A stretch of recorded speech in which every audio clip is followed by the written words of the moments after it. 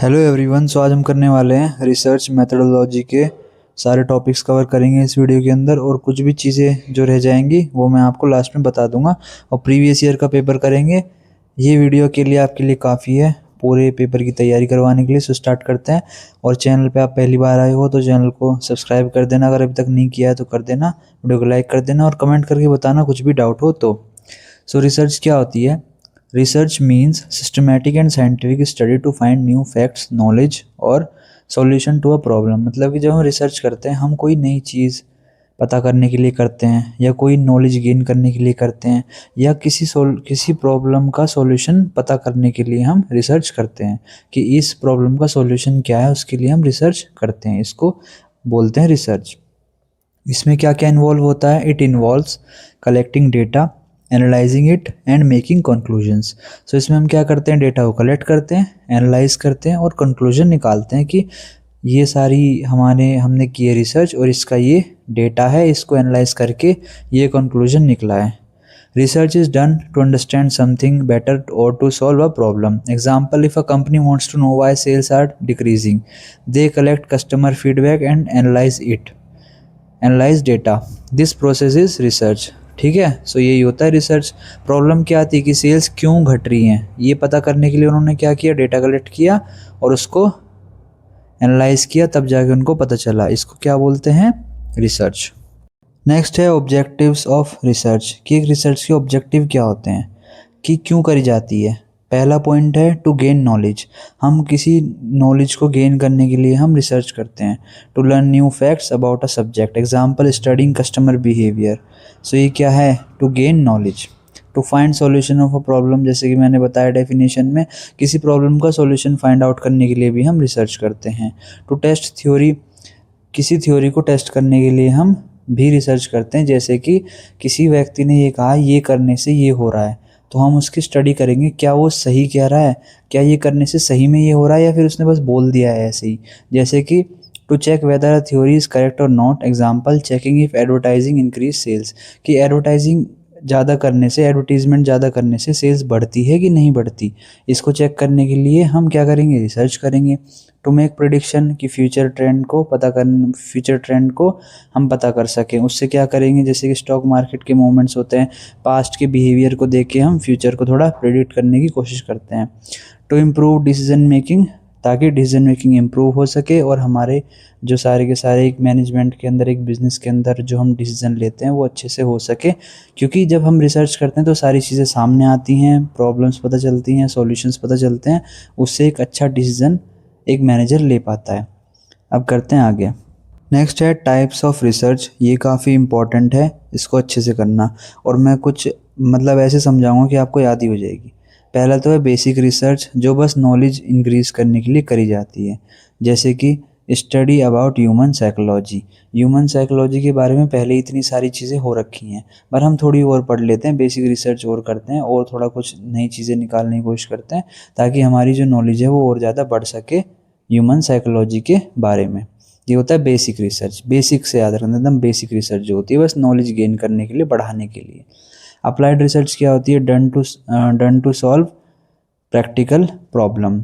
ठीक है, ये किस लिए करी जाती है? कि प्रैक्टिकल प्रॉब्लम्स को सॉल्व करने के लिए। अप्लाइड से याद रखना कि अप्लाई करना होता है कहीं इसको।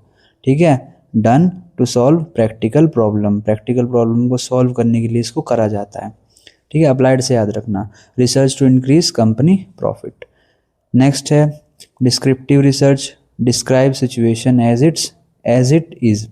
जैसे कि डिस्क्रिप्टिव से याद रखना, डिस्क्राइब करना। ठीक है, सर्वे on how many student use mobile daily. इस पे एक क्या किया गया? पूरी रिसर्च करी गई कि डेली कितने स्टूडेंट्स मोबाइल को यूज़ करते हैं, तो डिस्क्राइब करा गया। ठीक है। फोर्थ है एनालिटिकल रिसर्च। इसमें आप याद रखना एनालिटिकल रिसर्च से कि एनालाइज करना, डेटा को एनालाइज करना। Use data and analysis, studying profit and loss of a company, इसको बोलते हैं एनालिटिकल रिसर्च। फिफ्थ है क्वालिटेटिव रिसर्च। इसमें हम क्वालिटी, जो चीज़ें कि आप जिनको आप नंबर्स में नहीं मेज़र कर सकते उसकी रिसर्च करते हैं, जैसे कि फीलिंग्स हो गया, बिहेवियर हो गया, ओपिनियन हो गया। कि इंटरव्यू करते हैं अबाउट कस्टमर सेटिस्फेक्शन, कि उनका कितना सेटिस्फेक्शन रहा कस्टमर का। अब कस्टमर का सेटिस्फेक्शन आप स्केल पे नहीं लिख सकते कि भाई ये 5%, 5 पॉइंट सेटिस्फाई रहा, ये 6 पॉइंट, ठीक है। इसको आप बस स्टडी करते हो और लिखते हो, इनका ओपिनियन जानते हो। बेसिक सा ये है। क्वालिटी रिसर्च में आप ऐसी चीज़ों की रिसर्च करते हो जिनको आप नंबर्स में मेजर नहीं कर सकते। 6th है क्वांटिटेटिव रिसर्च। इसमें आप स्टैटिस्टिक्स को यूज़ करते हो, नंबर्स को यूज़ करते हो, उसके ऊपर आप रिसर्च करते हो, जैसे कि सर्वे ऑफ 100 पीपल। 7th है एक्सप्लोरेटरी रिसर्च। इसमें से अगर आपको 5 भी याद रहेगा, या आप थोड़ा सा और एक्स्ट्रा 2-2 पॉइंट जोड़ जोड़ के उसको बना के लिख देना। एक्सप्लोरेटरी रिसर्च में क्या होता है, नाम से याद रखो, एक्सप्लोर करना नई नई चीज़ों को, टू अंडरस्टैंड न्यू प्रॉब्लम्स और उनके सॉल्यूशंस को निकालना। जैसे कि for example new product idea research, कि नए प्रोडक्ट का जो आइडिया, कि क्या नया प्रोडक्ट लेके आना है, उसके ऊपर रिसर्च करनी। इस क्यों, क्योंकि वो कुछ एक्सप्लोर कर रहे हैं, कुछ नया आइडिया लेके आ रहे हैं, एक्सप्लोर करना, इसको बोलते हैं एक्सप्लोरेटरी रिसर्च। नेक्स्ट है रिसर्च प्रोसेस। ये भी काफ़ी इंपॉर्टेंट हो जाता है। इसमें क्या करते हैं, आइडेंटिफाई प्रॉब्लम। पहला स्टेप क्या है, प्रॉब्लम को आइडेंटिफाई करना, कि हम क्या स्टडी करें। Decide what problem to study, कि भाई स्टडी क्या करना है, आप रिसर्च किस चीज़ के ऊपर करना चाहते हो। सो पहला स्टेप है प्रॉब्लम को आइडेंटिफाई करना। ये आ सकता है कि रिसर्च का प्रोसेस क्या होता है, या पहले वो पूछ लेंगे कि एक रिसर्च होती क्या है, उसके क्या ऑब्जेक्टिव्स होते हैं और उसका क्या प्रोसेस होता है, ठीक है। सो पहला क्या है, आइडेंटिफाई प्रॉब्लम, कि किस चीज़ के ऊपर हमें रिसर्च करनी है या क्या प्रॉब्लम हमें सॉल्व करनी है।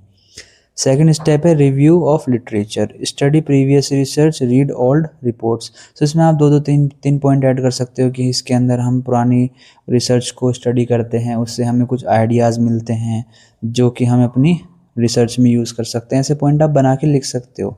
ये तो बहुत छोटे छोटे पॉइंट है, एग्जाम्पल भी आप लिख सकते हो। उससे क्या होगा, और थोड़ा आप इसको ज़्यादा पेजेस में कवर कर पाओगे और ज़्यादा लिख पाओगे कंटेंट के ऊपर, अगर ये 15 नंबर में आ जाता है तो।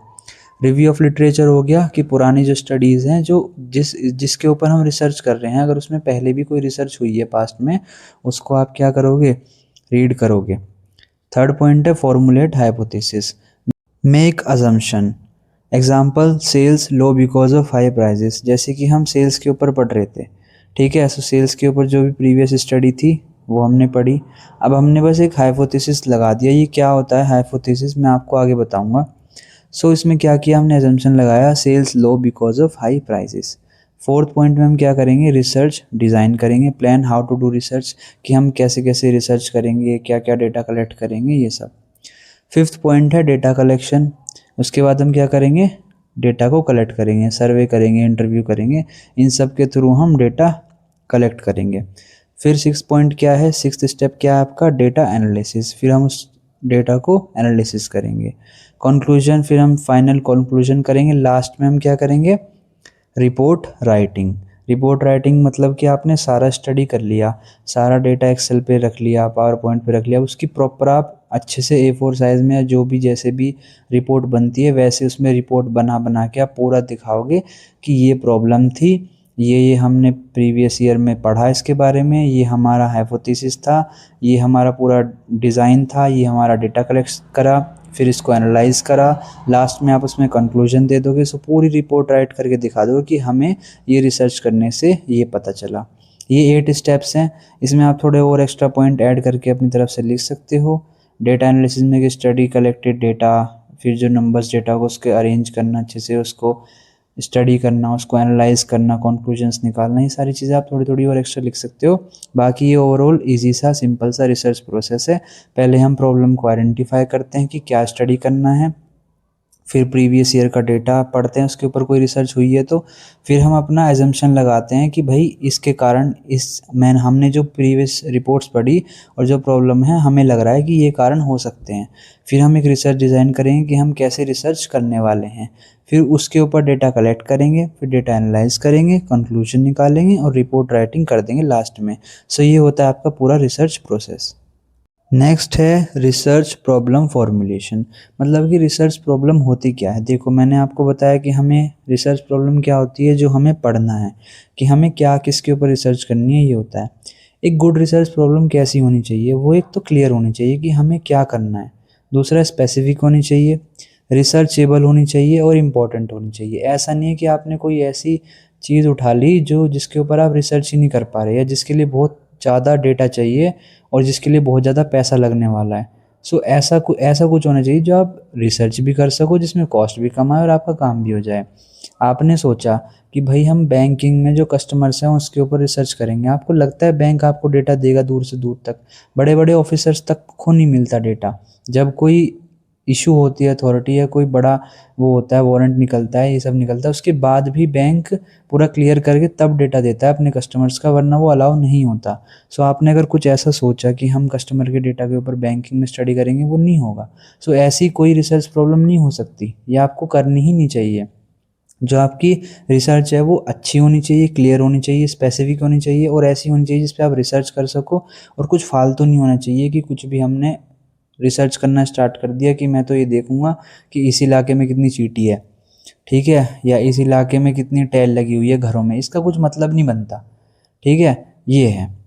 नेक्स्ट है स्टेप्स टू फॉर्मुलेट प्रॉब्लम। कि क्या स्टेप्स होते हैं कि आपको प्रॉब्लम, सपोज आप अभी बैठे हो और आपको सोचना है कि मैं कुछ रिसर्च करता हूँ, किसी चीज़ के ऊपर करता हूँ रिसर्च। सो पहले आप अपना area of interest find out करो कि आप किस चीज़ में रिसर्च कर सकते हो, सेल्स में, मार्केटिंग में, कहाँ पर आप कर सकते हो रिसर्च। पहले अपना इंटरेस्ट फाइंड आउट करो। फिर मार्केटिंग में प्रॉब्लम फाइंड आउट करो। सपोज आप मार्केटिंग के स्टूडेंट हो, आपको पता करना है कि मार्केटिंग में क्या क्या प्रॉब्लम आ सकती हैं, तो आइडेंटिफाई बहुत सारी प्रॉब्लम को फाइंड आउट करो कि क्या क्या दिक्कत हो रही है मार्केटिंग में। फिर उसके बाद उस प्रॉब्लम को अच्छे से क्लियर करो और उसके बाद ऑब्जेक्टिव सेट करो कि मैं मार्केटिंग के ऊपर करूँगा रिसर्च, कि मार्केटिंग करने से ये इम्पैक्ट होता है, रूरल एरिया में ये इम्पैक्ट जाता है और अर्बन में ये इम्पैक्ट होता है, कहाँ पर ज़्यादा इम्पैक्ट हो रहा है मार्केटिंग का, ऐसी कुछ रिसर्च। ठीक है। एग्जाम्पल, रॉन्ग प्रॉब्लम अगर होगी जैसे कि सेल्स प्रॉब्लम, कि भाई आपने आपने रिसर्च करी कि सेल्स में दिक्कत आ रही है, ये कुछ रिसर्च करने की चीज़ नहीं है। सही क्या होगी रिसर्च, की sales decrease by 20% in last 6 month in Delhi branch. तो ये एक प्रॉब्लम है कि हमें दिल्ली ब्रांच में पता करनी है कि 20% से सेल कम हुई है लास्ट 6 महीने में। सो ये एक सही प्रॉब्लम है। ये नहीं है कि सेल्स कम हो गई, सेल्स कहाँ कम हुई, कितनी कम हुई, कितने टाइम में कम हुई, या फिर किस एरिया में कम हुई, ये एक प्रॉपर रिसर्च प्रॉब्लम है। सो ये क्लियर है ना पूरा कि सेल्स डिक्रीज हुई हैं 20% लास्ट 6 मंथ में दिल्ली ब्रांच में। ये एक सही प्रॉब्लम है, अब इसको स्टडी करना है। सो ये होता है research problem formulation. Good research problem क्या होती है, क्लियर होनी चाहिए, स्पेसिफिक और रिसर्चेबल एंड इम्पॉर्टेंट। स्टेप्स क्या होते हैं ये मैंने आपको बता दिए। ये वैसे आता नहीं है बट आ गया तो आप अब कर ही लोगे। आगे करते हैं। नेक्स्ट है problems encountered by researchers. Suppose आप एक रिसर्चर हो तो आपको क्या क्या प्रॉब्लम फेस करनी पड़ सकती है अपनी रिसर्च के टाइम पे। पहला, लैक ऑफ डेटा। हो सकता है आपके पास डेटा की अवेलेबिलिटी ना हो, sometimes data is not available. और बहुत बार ऐसा हो जाता है कि कोई अपना डेटा शेयर भी नहीं करता, कंपनी नॉट शेयरिंग रिकॉर्ड। जैसे कि मैंने आपको बताया, बैंक में आप स्टडी करने के लिए गए, वो क्यों अपने कस्टमर का डेटा शेयर करेंगे, वो तो उनकी पॉलिसी नहीं होती। सो पहला, lack of data. Second, time problem. Time की बहुत प्रॉब्लम रहती है आपको। जब करनी होती है ना रिसर्च, तो बहुत ही बड़े स्केल पे बहुत ज़्यादा टाइम चाहिए होता है, अलग अलग जगह जाना पड़ता है, पैसा लगता है, डेटा कलेक्ट करना पड़ता है, लोगों से बातें करनी होती हैं। टाइम प्रॉब्लम भी होती है कि टाइम एडजस्ट नहीं हो पाता। सर्वे टेक्स लॉन्ग टाइम, जैसे कि मैंने बताया आपको। कॉस्ट प्रॉब्लम, बहुत एक्सपेंसिव होता है। क्यों? क्योंकि आप अलग अलग जगह जाते हो, वहाँ जाने का, मिलने का, खाने पीने का खर्चा। बहुत बार आप लोगों से, ऐसे लोगों से मिलते हो जिसके साथ आपको मिल के बात करनी होती है, उनको खिलाना पिलाना पड़ता है, आप बाहर लेके जाते हो, तब जाके आप बात करते हो अपनी रिसर्च के बारे में या फिर कुछ सवाल पूछते हो। सो बहुत कॉस्ट होती है इसके अंदर। सो अगर आपके पास अच्छे खासे पैसे हैं, अच्छी खासी पहचान है, टाइम की कोई दिक्कत नहीं है, आप आराम से रिसर्च कर सकते हो अभी तक। फोर्थ है लैक ऑफ नॉलेज। नॉलेज अगर आपके पास की, उस नॉलेज की कमी है कि कैसे क्या क्या मेथड यूज़ करने हैं रिसर्च में, क्या क्या मेथड यूज़ होते हैं, कैसे कैसे आप कर सकते हो। सो ये होती है। अगर ये भी नहीं है, आपके पास नॉलेज नहीं है, सो आपको रिसर्च करने में बहुत प्रॉब्लम आने वाली है। रिस्पोंडेंट प्रॉब्लम, पीपल में गिव रॉन्ग आंसर। बहुत बार ये भी हो जाता है कि लोग बस ऐसे ही रॉन्ग आंसर भर देते हैं, जैसे कि आपके साथ कभी हुआ होगा। आप कभी नोटिस करना, कभी ना कभी आपके पास कोई सर्वे भरने के लिए आया होगा कि कोई फॉर्म दे दिया आपको और उसमें आपको सर्वे भरना है। बहुत बार लोग जो होते हैं वो थोड़ा इंटरेस्ट के साथ भरते हैं, लेकिन बहुत बार कॉलेज कहता है कि भर दो, जल्दी भरो। सो उसमें क्या करता है बच्चा, कुछ भी क्लिक कर करके सबमिट कर देता है फटाफट, जो कि गलत होता है। जो अच्छे से भरता है बैठ के, उसका तो सही होता है कि भाई सही आंसर मिले हैं, लेकिन जो जल्दबाजी में कर देता है उसको गलत है, क्योंकि उसको इंटरेस्ट भी नहीं है, क्या ही करूँगा मैं भर के, क्या ही मिल जाएगा, ये सब। बायस प्रॉब्लम, रिसर्चर्स में भी पार्शियलिटी कर सकते हैं किसी चीज़ में, उनका खुद का पर्सनल बायस हो सकता है उस प्रॉब्लम से रिलेटेड।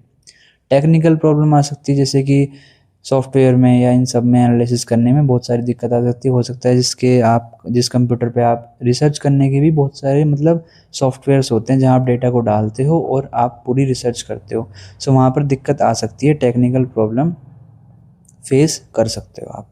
ठीक है। बायस प्रॉब्लम में क्या आता है कि अगर हो सकता है कि अगर वो रिसर्च मेरे से कुछ जुड़ी हुई हो, ठीक है, या कुछ ऐसा हो, तो हो सकता है कि मैं उसमें बायस हो जाऊं कि भाई नहीं यार इसको नहीं करते, थोड़ा सा अच्छा पॉजिटिव रिव्यू दे देते हैं, मेरे से थोड़ा मतलब रिलेटेड है रिसर्च, सो क्यों इसको वो करना।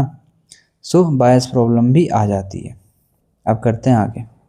मेथड्स ऑफ डाटा कलेक्शन, ये आ सकता है कि आप किन किन मेथड से आप डाटा को कलेक्ट कर सकते हो। ठीक है। सो दो मेथड होते हैं, एक होता है प्राइमरी, एक सेकेंडरी। ठीक है। सो प्राइमरी डाटा क्या होता है? Primary data is the data which is collected first time by researcher himself for a specific research purpose. This data is original and more reliable, but it takes more time and cost. For example, आप research कर रहे हो, आप लोगों के पास गए, लोगों के पास जाके आपने क्वेश्चंस करना शुरू करे, आपने उनके आंसर्स लिए और अपनी रिसर्च में यूज़ करे। सो आपने प्राइमरी डाटा कलेक्ट किया। अब सपोज़ मैं हूँ, मुझे रिसर्च करनी है, मैंने आपका डाटा यूज़ कर लिया। ठीक है। सो ये क्या हो जाएगा? ये हो जाएगा सेकेंडरी डाटा, कि मैंने आपने जो पहले कलेक्ट करा उसमें से ही डाटा पिक कर लिया।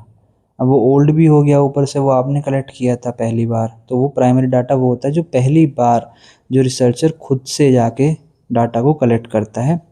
वो कहीं से पिक नहीं करता, किसी न्यूज़पेपर में से नहीं उठाता, किसी रिपोर्ट में से नहीं, खुद जाके लोगों से बात कर करके उस डाटा को पिक करता है, उसको बोलते हैं प्राइमरी डाटा। अब इसके कुछ मेथड्स होते हैं प्राइमरी डाटा कलेक्ट करने के, कहाँ कहाँ से आप कैसे कैसे कर सकते हो। पहला है observation method. Researcher observe behaviour और situation directly and record information, कि आप किसी को बैठ के देख रहे हो कि इसने ये बिहेव कर रहा है ऐसा, इस सिचुएशन में ऐसा बिहेव कर रहा है, वो आपने लिख लिया। ऑब्जर्व कर रहे हो आप बस और उसको लिख रहे हो। इंटरव्यू मेथड, आप जाके बातचीत करो, जैसे कि होता है ना ऑब्जर्वेशन मेथड बच्चों पे ज़्यादा यूज़ करते हैं, वो देखा होगा आपने कि एक बच्चे के सामने टॉयज़ रख देंगे, अलग अलग चीज़ें रख देंगे, देखते हैं वो क्या करता है, इसको कैसे देख के बिहेव करता है, कैसे रिएक्ट करता है। ये होता है ऑब्जर्वेशन मेथड। इंटरव्यू मेथड, नाम से पता चल रहा है आपको, आप जाते हो, लोगों से बात करते हो पर्सनली या फ़ोन पे बात कर करके आप उनसे डाटा कलेक्ट करते हो। Questionnaire method, questions are given in a written form and respondent fill answer, जैसे कि मैंने आपको बताया, वही जो आपके पास वो आते हैं सर्वेस के फॉर्म आते हैं, उसमें पहले से ही क्वेश्चन लिखा रहता है, कुछ पॉइंट्स लिखे रहते हैं, उसमें से आप सेलेक्ट कर करके आंसर भर देते हैं, या फिर आप खुद भी आंसर फिल कर सकते हो। नेक्स्ट है schedule method. Researcher fill answer himself by after asking questions, उन्होंने क्वेश्चन पूछा और उन्होंने आंसर दिए और वो खुद आंसर फिल कर देते हैं। रिसर्चर्स जो होते हैं वो क्वेश्चन पूछ के जब सामने वाला पूरा बताया था वो खुद से आंसर फिल कर देते हैं। ठीक है। नेक्स्ट है experiment method. Researcher perform experiment to test relationship between variables, experiment करके देखते हैं वो कि ये करने से ये हो रहा है, ये करने से ये हो रहा है, सो उसका डाटा कलेक्ट कर लेते हैं। जैसे कि आपने देखा होगा जो साइंटिस्ट होते हैं वो केमिकल रिएक्शन कर करके देखते हैं और पूरा लिखते रहते हैं कि भाई हमने पहले ये केमिकल मिलाया, इसका ये रिएक्शन आया, फिर ये मिलाया, फिर ये आया। सो वो क्या कर रहे हैं, डाटा कलेक्ट कर रहे हैं कि ये मिलाने से ये रिएक्शन हो रहा है। सो ये होता है एक्सपेरिमेंट मेथड, इससे भी वो प्राइमरी डेटा कलेक्ट करते हैं। नेक्स्ट है सेकेंडरी डेटा कलेक्ट करने के मेथड्स, कहाँ कहाँ से कलेक्ट कर सकते हो आप। Secondary data is the data which is already collected by someone else, जैसे कि मैंने आपको बताया, and used again for research. This method save time, time भी बचाता है, कॉस्ट भी कम आती है, पर ये एक्यूरेट और सूटेबल नहीं होता, क्योंकि भाई वो किसी और पर्सन ने कलेक्ट किया है, हो सकता है उसने क्या पता गलत कलेक्ट किया हो सकता है कि वो पुराना हो गया हो, कुछ भी हो सकता है। सो सोर्सेज क्या है सेकेंडरी डाटा कलेक्ट करने के? मेथड्स नहीं है, मतलब सोर्सेज आप कहाँ कहाँ से कलेक्ट कर सकते हो डाटा। बुक से कर सकते हो, आप कोई बुक पढ़ के उसमें से डाटा कलेक्ट कर सकते हो, जर्नल से कर सकते हो, गवर्नमेंट रिपोर्ट होती हैं, कंपनी के रिकॉर्ड्स होते हैं, वेबसाइट एंड ऑनलाइन डेटाबेस होता है, या रिसर्च आर्टिकल्स होते हैं, वहाँ से आप सेकेंडरी डेटा को कलेक्ट कर सकते हो। ठीक है, अब हम पढ़ते हैं रिसर्च डिज़ाइन। रिसर्च डिज़ाइन होता क्या है? Research design means the plan और स्ट्रक्चर ऑफ रिसर्च, कि एक रिसर्च का स्ट्रक्चर कैसा होगा, उसका प्लान लिखते हैं पूरा। It tells how the research will be conducted, what data will be collected and how analysis will be done.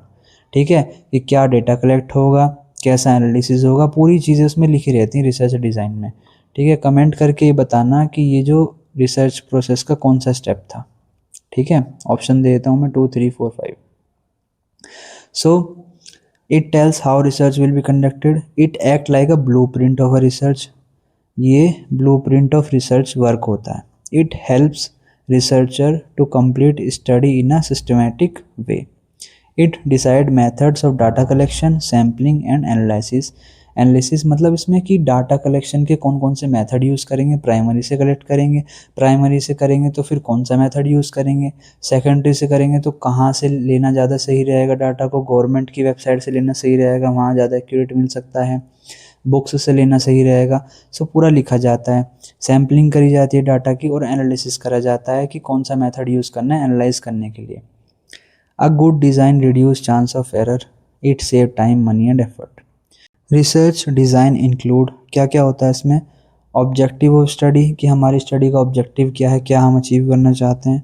Types of data needed, कौन कौन सा डेटा चाहिए। मेथड्स ऑफ डाटा कलेक्शन, जैसे कि मैंने बताया आपको कि डाटा कहाँ से कलेक्ट करना है। सैम्पलिंग मेथड, मतलब कि बड़ी लार्ज पॉपुलेशन में से कुछ लोगों को सेलेक्ट करके सैम्पल करके उनका सैम्पलिंग कर देना और उसमें से डाटा कलेक्ट करना। टूल्स ऑफ एनालिसिस, कौन कौन से टूल्स यूज़ करने हैं एनालिसिस करने के लिए। सो ये होता है रिसर्च डिज़ाइन इंक्लूड। अब अगर आ जाता है कि रिसर्च डिज़ाइन होता क्या है, आप इसको अच्छे से कर सकते हो। ठीक है, ये एक रिसर्च प्रोसेस का पार्ट भी है, और इसके अंदर क्या होता है ये भी मैंने आपको बता दिया, और थोड़े पॉइंट आप एक्स्ट्रा ऐड कर सकते हो, अपनी तरफ से बना के लिख सकते हो। काफ़ी इजी है, अच्छा पेपर आएगा, कर लोगे आप आराम से। आगे करते हैं। नेक्स्ट है features of a good research design. So research design क्या होता है ये आपने पढ़ लिया। अब उसके फीचर्स क्या होते हैं कि एक अच्छी रिसर्च डिज़ाइन के क्या क्या फ़ीचर होते हैं, क्या क्या उसके अंदर क्वालिटीज़ होनी चाहिए। पहला, क्लियर एंड सिंपल होना चाहिए। डिज़ाइन जो बनाता है वो easy to understand and clearly written so that research can be done without confusion. अच्छे से लिखा होना चाहिए पूरा, सारा जो भी होता है रिसर्च का सो पूरा अच्छे से लिखा होना चाहिए, कोई कन्फ्यूजन नहीं होनी चाहिए। Flexible, it should allow small changes if needed during research without affecting the whole study. यही पॉइंट लिख देना, कुछ ऐसे लिखने की ज़रूरत नहीं है। फ्लेक्सिबल होना चाहिए कि अगर कुछ चेंज करना चाहते हैं बीच में, ऐसा नहीं होना चाहिए कि डाटा कलेक्ट कर लिया अब तो इसी पे काम करना पड़ेगा। ऐसा भी कुछ होना चाहिए कि आप कहीं और से भी कुछ और यूज़ कर सकते हो।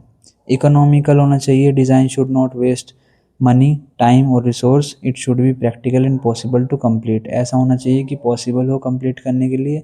ऐसा कुछ नहीं लिखा होना चाहिए कि भाई यहाँ से डाटा कलेक्ट करना है जहाँ से बहुत मुश्किल है कलेक्ट करना। मतलब प्रैक्टिकली होना चाहिए कि उसको अचीव करा जा सके और उसको कंप्लीट करा जा सके। एक्यूरेट होना चाहिए, it should help in getting correct and reliable results. Fifth point है suitable to objectives, design must be match the purpose of research, if design is wrong result will be wrong. Six point है control over variables, a good design should control unwanted factors that can affect result. So basic सा आप ये समझो, ये लिख सकते हो कि क्लियर सिंपल होना चाहिए, फ्लेक्सिबल होना चाहिए, या फिर इकोनॉमिकल होना चाहिए, अचीवेबल होना चाहिए, एक्यूरेट होना चाहिए, सुटेबल ऑब्जेक्टिव होना चाहिए। बस बेसिक से ये पॉइंट लिख देना, हो जाएगा। Features of a good research design. Next है डिफरेंट रिसर्च डिज़ाइंस। अब देखो एक और चीज़ आ गई, क्वेश्चन आ गया, रिसर्च डिज़ाइन लिख देना, फीचर लिख देना, different types of research design लिख देना। पहले हमने पढ़ा था टाइप्स ऑफ रिसर्च, ये है different research design. Research design can be of different types depending on the purpose of research. Exploratory used when problem is not clear and researcher want to understand it better. It helps in getting ideas and finding possible reason of problem. Descriptive research design analytical, ठीक है, ये तो पता ही है आपको, लिख सकते हो आप, वही है पॉइंट। मतलब रिसर्च डिज़ाइन जो होता है, एक होता है एक्सप्लोर करने के लिए कुछ करा जाता है, एक डिस्क्राइब करने के लिए, use to describe characteristics of a person, situation और a group. Analytical, in this design researchers use already available data and analyse it to make conclusion. Experimental में एक्सपेरिमेंट कर करके कॉज एंड इफेक्ट रिलेशनशिप करते हैं, सो उसका design करा जाता है। जब आप कुछ ऐसी रिसर्च करते हो जिसमें कॉज एंड इफेक्ट रिलेशनशिप पढ़ा जाता है, उसके अंदर एक्सपेरिमेंटल रिसर्च डिज़ाइन यूज़ होता है। डायग्नोस्टिक रिसर्च डिज़ाइन ये कुछ अलग है, use to find the reason of a problem and suggest solution. वही उस वाले पॉइंट की तरह ही है। कौन सा पॉइंट था वो टाइप्स ऑफ रिसर्च में? एक्सप्लोरेटरी वाला था, done to understand new problem, ठीक है। सो वही है, सेम वैसा ही है। डायग्नोस्टिक रिसर्च की कोई नई प्रॉब्लम को फाइंड आउट करना, find the reason of a problem and suggest a solution, ठीक है। उसमें न्यू प्रॉब्लम को फाइंड आउट कर रहे थे, बट इसमें वही प्रॉब्लम को फाइंड आउट कर देना और सॉल्यूशन को बता देना। बेसिक सही यही है। नेक्स्ट है measurement in research. Measurement means assigning numbers और values to things according to rules in research. It helps, वैसे इतना इंपॉर्टेंट नहीं है बट फिर भी करा देता हूँ मैं इसको। It helps in converting information into numerical form. जैसे कि किसी ने रिव्यू दिया कि जैसे ये है ऑर्डिनल स्केल है, ऑर्डिनल स्केल, इसमें क्या है, ऑर्डर और रैंकिंग। जैसे कि अगर किसी ने दिया है गुड तो वो फर्स्ट रैंक पे होगा, किसी ने बेटर, बेस्ट, या फिर किसी ने वही है बेस्ट दिया है तो फर्स्ट रैंक पे, बेटर दिया है सेकंड पे, गुड दिया है तो थर्ड पे, या कुछ भी उसको रैंक कर देना।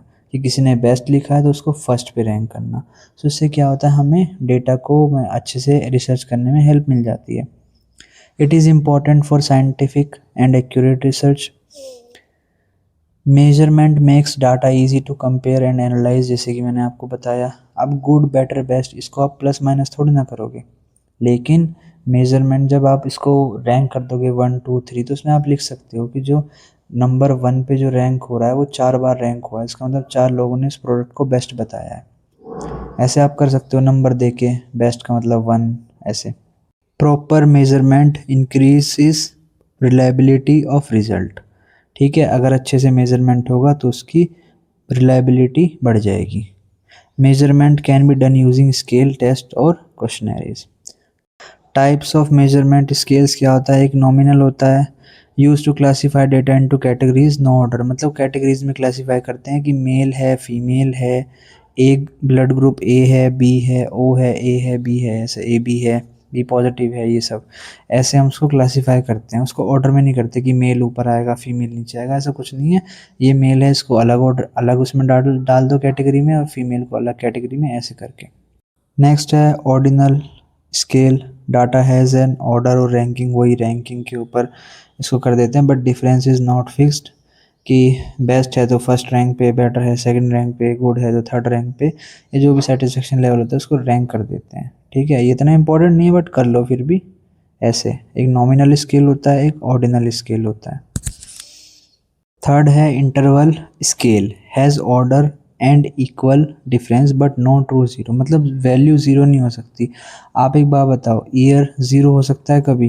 मतलब कभी ऐसा हुआ होगा 0 ईयर फिर 0.1, ऐसा कुछ नहीं है, 0 ईयर नहीं है, तो ऐसा कोई ट्रू ज़ीरो नहीं होता है इसके अंदर। इंटरवल स्केल में बस एक गैप होता है, जैसे कि -10 डिग्री सेल्सियस, 0 डिग्री सेल्सियस हो सकता है टेम्परेचर, मतलब कोई टेम्परेचर कुछ भी नहीं है, एकदम ख़त्म है, ना ठंडा ना गर्म, कुछ भी समझ ही नहीं आएगा। तो इसके अंदर कोई ट्रू ज़ीरो नहीं होता। जैसे कि -10 डिग्री एक टेम्परेचर होता है, -10 लिखा वो 10 लिखा है, 10 डिग्री सेल्सियस, 20 डिग्री, 30 डिग्री, 2000, 2005, 2010, ये रेशियो स्केल में क्या होता है, इसमें ज़ीरो हो सकता है, किसी की इनकम ज़ीरो हो सकती है, ठीक है। वेट तो ज़ीरो नहीं हो सकता, लेकिन इनकम तो ज़ीरो हो सकती है, सो रेशियो स्केल में ज़ीरो आ जाती है। वेट जैसे कि, और इंटरवल भी इक्वल डिफरेंस होता है, जैसे कि 50 kg, 60 kg, 10 ईयर, 20 ईयर, या फिर 10, 12, ऐसे 14, 16, 18, 20, ऐसे डिफरेंस होता है, एक इक्वल डिफरेंस में चलता है। और ट्रू ज़ीरो किस में आ जाती है, इनकम में। भाई किसी की इनकम ज़ीरो भी तो हो सकती है। नेक्स्ट है construction of a questionnaire. Questionnaire क्या होता है, क्वेश्चंस का एक पूरा सेट होता है, ठीक है, जो कि हम यूज़ करते हैं। एक लिस्ट ऑफ क्वेश्चंस होती है जो कि हम यूज़ करते हैं अपनी रिसर्च में। लोगों से उसमें क्वेश्चन पूछते हैं और फिर हम उसके आंसर्स को पता करके अपनी रिसर्च को करते हैं। सो ये होता है क्वेश्चनरी। आई होप आपको पता चल गया होगा। ये करा जाता है डाटा कलेक्ट करने के लिए फ्रॉम रिस्पोंडेंट्स। ये बहुत कॉमन टूल है, जैसे कि पता है। स्टेप्स क्या हैं क्वेश्चनरी कंस्ट्रक्ट करने के। पहला, डिफाइन ऑब्जेक्टिव। आपने रिसर्च में जो भी ऑब्जेक्टिव सेट किया उसके अकॉर्डिंग तो क्वेश्चन पूछोगे। जैसे आपने पूछा कि फेवरेट फूड क्या है मेरठ के अंदर या दिल्ली के अंदर या नोएडा के अंदर, तो आप उसके अकॉर्डिंग फूड की तो क्वेश्चन पूछोगे या कार के क्वेश्चन पूछोगे, नहीं ना। सो पहले ऑब्जेक्टिव आपको करना पड़ेगा डिसाइड, कि डिफाइन ऑब्जेक्टिव, कि क्या आपको इन्फॉर्मेशन चाहिए फॉर रिसर्च।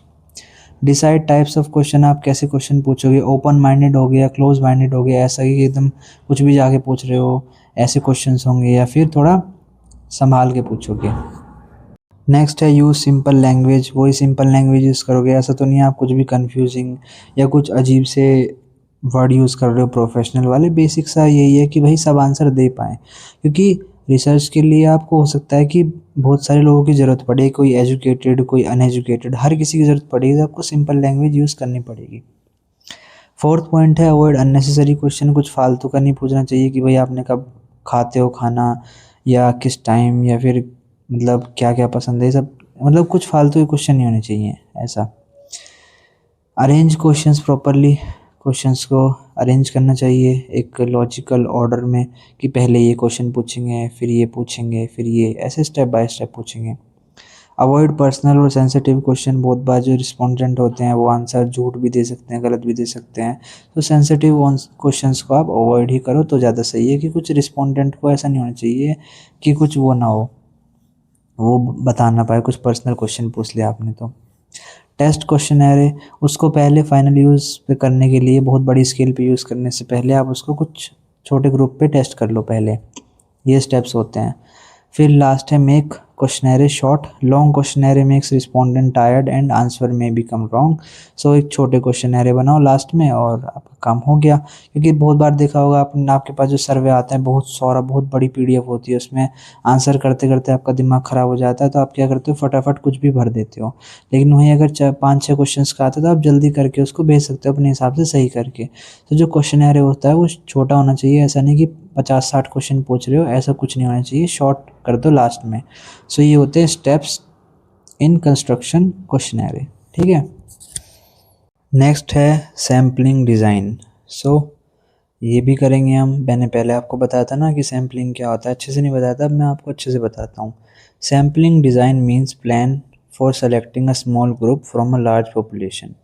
सैम्पलिंग करी जाती है एक लार्ज पॉपुलेशन से एक छोटे ग्रुप को सेलेक्ट करना। ऐसा क्यों करा जाता है, सपोज़ 2000 लोग हैं, 2000 तो मतलब काफ़ी छोटा स्केल हो जाता है, जो रिसर्चर्स होते हैं काफ़ी बड़े स्केल पे भी काम करते हैं।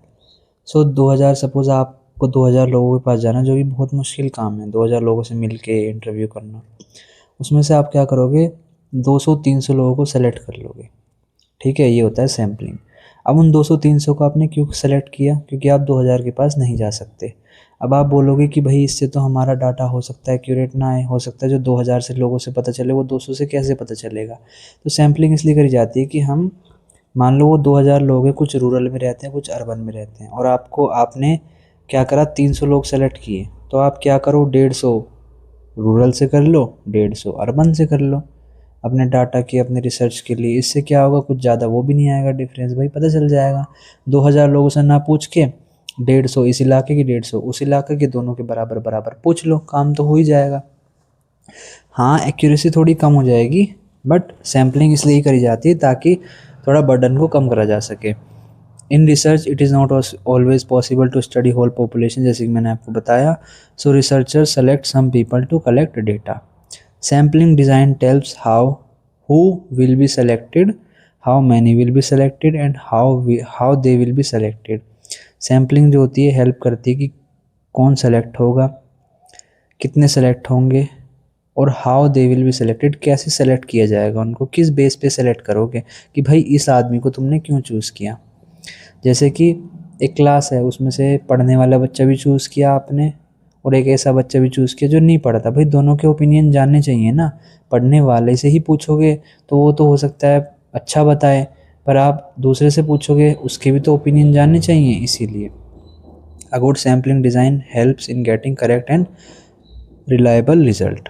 It save time, cost and effort. जैसे कि मैंने आपको बताया सैम्पलिंग 2 टाइप्स की होती है, सेंसस सर्वे और सैंपल सर्वे। सो पहले करते हैं सेंसस सर्वे। सो इसमें होता क्या है, census survey means data is collected from every member of a population. जैसे कि आपने देखा वो पॉपुलेशन काउंट होती है, सो वो कैसे होती है, यही होता है। ये एक बड़ा सर्वे होता है जिसमें पूरी पॉपुलेशन के बारे में पढ़ा जाता है, स्टडी करा जाता है पूरी पॉपुलेशन के बारे में। बहुत ज़्यादा एक्यूरेट रिजल्ट्स आते हैं, बहुत ज़्यादा टाइम और कॉस्ट जाती है। Used when population is small, ये तब यूज़ करा जाता है जब पॉपुलेशन स्मॉल हो। पर आपने देखा होगा हमारे इंडिया में पॉपुलेशन काउंट होती है हर 10 ईयर बाद। सो ये सेंसस सर्वे के थ्रू मतलब ऐसे ही होता है, जैसे होता है ना सेंसस हो रहे हैं, सो वो यही होता है। Used when population is small, इसमें लिखा है कि पॉपुलेशन अगर स्मॉल हो तो यूज़ कर सकते हो। यूज्ड इन गवर्नमेंट सर्वे, जैसे कि मैंने आपको बताया example population census of a country. Advantage क्या होता है, बहुत ज़्यादा एक्यूरेसी आती है, कंप्लीट इन्फॉर्मेशन मिलती है। और डिसएडवांटेज क्या होता है, बहुत ज़्यादा एक्सपेंसिव होता है, टाइम कंज्यूमिंग होता है। और difficult when population is large, बड़ी पॉपुलेशन होने पे बहुत ज़्यादा मुश्किल हो जाती है, क्योंकि भाई हर घर में जाके देश के आपको डाटा कलेक्ट करना है, जो कि बहुत बड़ा, बहुत महंगा और खर्चीला काम है। इसलिए गवर्नमेंट का इसमें काफ़ी खर्चा चला जाता है। आगे करते हैं। नेक्स्ट है सैंपल सर्वे। जैसे कि देखा आपने सेंसस में क्या था, बड़ी पॉपुलेशन को पूरी को स्टडी करना, सैंपल में छोटी को करना। Sample survey means data is collected from only some members of a population. जैसे कि इंडिया की पॉपुलेशन है 150 करोड़ के ऊपर ही है, सो उसमें से 150 करोड़ में से आपने क्या करा, 10 करोड़ लोग चूज़ कर लिए या 20 कर लिए या 50 कर लिए, पूरे 150 को ना करके आपने कुछ पॉपुलेशन को स्टडी कर लिया। Only selected group is studied, save time and money. 150 भी मैंने बहुत ज़्यादा बोल दिया, बट अगर एक छोटी मोटी रिसर्च होती है जैसे कि 10,000 लोगों पर रिसर्च करनी है, तो उसमें से वो क्या करेंगे, 2,000 को सेलेक्ट कर लेंगे। उससे क्या होगा, छोटी पॉपुलेशन में आ जाएगा वो। इजी टू कंडक्ट होता है, टाइम और पैसे बचाता है। Mostly used in business research में ज़्यादा यूज़ होता है, क्योंकि बिजनेस नहीं चाहता कि भाई मेरे करोड़ों रुपए सिर्फ रिसर्च में खर्च हो जाएँ। एडवांटेज क्या होता है, less cost, less time, easy to manage. और डिसएडवांटेज क्या होता है, रिजल्ट में not be fully accurate, wrong sample gives wrong result. अगर आपने सैंपल अच्छे से सेलेक्ट नहीं किया, आपने सपोज़ 10,000 लोग आपको सेलेक्ट करने थे, और आपको कहा गया था कि अर्बन भी होने चाहिए और रूरल पीपल भी होने चाहिए, गांव के लोग भी होने चाहिए। आपने क्या किया, 2,000 में से 1,500 लोग तो शहर के चूज़ कर लिए, 500 गांव के चूज़ कर लिए। उससे अच्छा रिजल्ट नहीं आएगा, क्योंकि आपको ज़्यादातर जो पॉजिटिव ओपिनियन है वो अर्बन वालों को मिलेंगे। गांव में क्या दिक्कत चल रही है ये आपको पता नहीं चलेगी, ये सिर्फ 500 लोगों से पता चलेगी। मे बी और 500 आप सेलेक्ट करते तो वो और अच्छे से बता पाते। इस सिचुएशन में क्या करना चाहिए, 1000 अर्बन के और 1000 रूरल के। ठीक है, ये होता है। स्टेप्स इन सैम्पलिंग डिज़ाइन, क्या क्या स्टेप्स होते हैं। पहला, पॉपुलेशन को define population. First, decide the group on which research will be done, कि पहले आपको डिसाइड करना है, आपको सैम्पलिंग करनी है, आपको बड़ी पॉपुलेशन को छोटे में डिवाइड करना है, उसके स्टेप्स हैं ये। पहला, पॉपुलेशन करोगे कि आपको किस पे स्टडी करना है, बच्चों पे, बूढ़े लोगों पे, फीमेल्स पे, मेल्स पे, किस एज ग्रुप पे डिसाइड करना है, ये आपने कर लिया। Decide sampling unit, decide who will be selected as a sample, कि भाई कौन सेलेक्ट किया जाएगा सैम्पल में, पर्सन किया जाएगा, कंपनी होगी या कोई स्टूडेंट होगा। Decide sample size, decide how many people will be selected, कि 1,000 में से कितने लोगों को सेलेक्ट किया जाएगा। थर्ड स्टेप में ये होता है। फोर्थ में, select sampling method, choose probability और नॉन प्रोबेबिलिटी मेथड, इन दोनों मेथड में से मेथड सेलेक्ट करना है सैम्पलिंग करने के लिए। ठीक है, सो ये 4 स्टेप हो गए। अब आगे करते हैं इसमें। कलेक्ट सैम्पल डेटा, फिर सैम्पल डेटा कलेक्ट कर लेंगे और collect information from selected samples, और फिर उसकी एक्यूरेसी चेक कर लेंगे। सैम्पल्स वो होते हैं जिन पर जो लोग होते हैं, वो पर्सन भी हो सकता है, स्टूडेंट भी हो सकता है, कोई कंपनी भी हो सकती है, फिर उसकी एक्यूरेसी को चेक करेंगे। टाइप्स ऑफ सैम्पल डिज़ाइन, जो कि ये मैंने आपको बताया अभी, एक 2 होते हैं, प्रोबेबिलिटी और नॉन प्रोबेबिलिटी। पहले करते हैं हम प्रोबेबिलिटी सैम्पलिंग।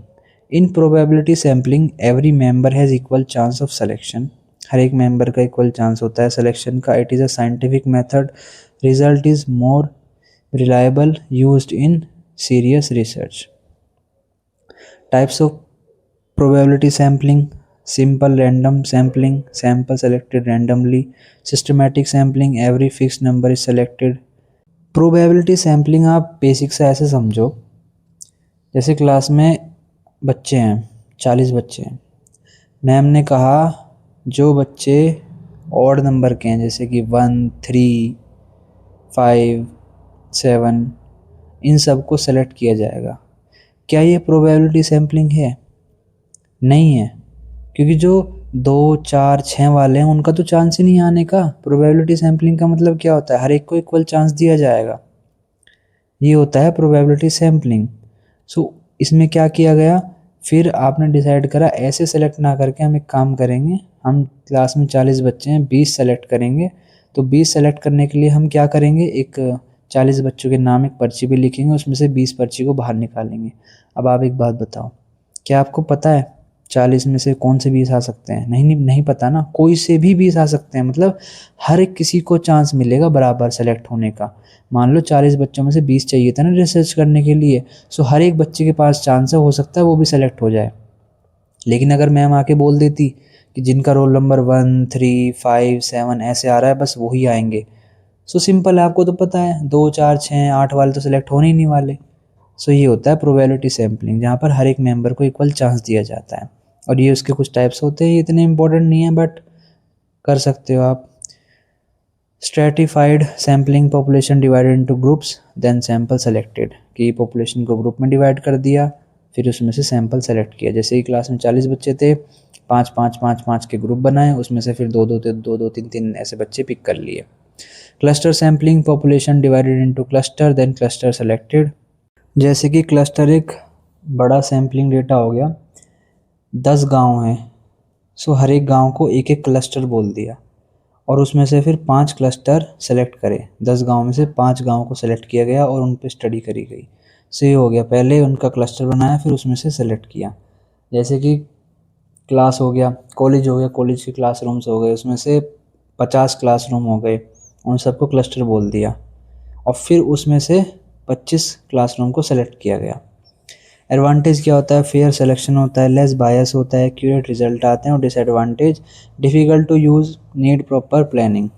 ठीक है, लेस बायस कैसे होता है कि ऐसा नहीं है आपने अपना मनपसंद कोई भी सेलेक्ट कर लिया और उसने आंसर दे दिया। जैसे कि मैम का फेवरेट टीचर, मैम का फेवरेट स्टूडेंट ने आके रिसर्च में पार्टिसिपेट कर लिया, ऐसा नहीं है, हर एक बच्चे को मौका मिलेगा। जैसे कि मैंने आपको एग्जांपल दिया था ना क्लासरूम वाला, वैसे ये होता है प्रोबेबिलिटी सैम्पलिंग। नेक्स्ट है नॉन प्रोबेबिलिटी सैम्पलिंग, पहले मैं आपको बता चुका हूँ।